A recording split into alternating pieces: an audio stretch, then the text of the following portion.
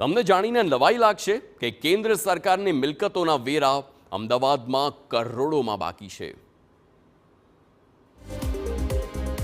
જી હા, તમે બરાબર સાંભળ્યું। કેન્દ્ર સરકારથી લઈ રાજ્ય સરકારની જે પ્રોપર્ટી અમદાવાદમાં આવેલી છે તેમણે વેરા ભરવામાં મોટા પ્રમાણમાં દાંડાઈ કરી છે।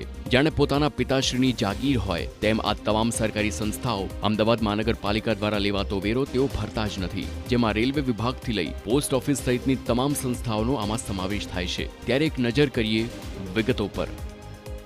રેલવે વિભાગના કુલ 850 એકમો આવેલા છે, જેનો કુલ ટેક્સ 8 કરોડ 70 લાખ બાકી છે। પોસ્ટ વિભાગના 246 એકમો આવેલા છે, જેનો કુલ ટેક્સ 5 કરોડ 62 લાખ રૂપિયા બાકી છે। બીએસએનએલના કુલ 303 એકમો આવેલા છે, જેમાં 2.73 કરોડનો વેરો ભરવાનો બાકી છે।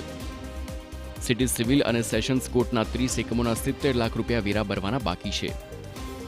ગુજરાત સરકારની પ્રોપર્ટીમાં કુલ 70 લાખ રૂપિયા કોર્પોરેશનને ટેક્સ આપવાનો બાકી છે।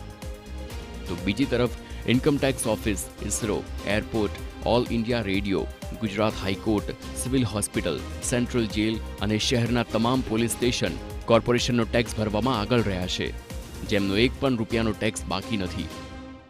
સામાન્ય વ્યક્તિના ટેક્સની વસૂલાત કરવામાં જે અધિકારીઓ ઉત્સાહી જોવા મળતા હોય છે, કામગીરી કડકાઈથી કરતા હોય છે, આ જ અધિકારીઓ સરકારી મિલકતનો ટેક્સ વસૂલ કરવામાં શા માટે ઉત્સાહી જોવા મળતા નથી, કડકાઈથી વસૂલાત કરતા જોવા મળતા નથી, તે સૌથી મોટો પ્રશ્ન છે। કેમેરામેન તોસિફ મલિક સાથે જિગ્નેશ પટેલ, TV9।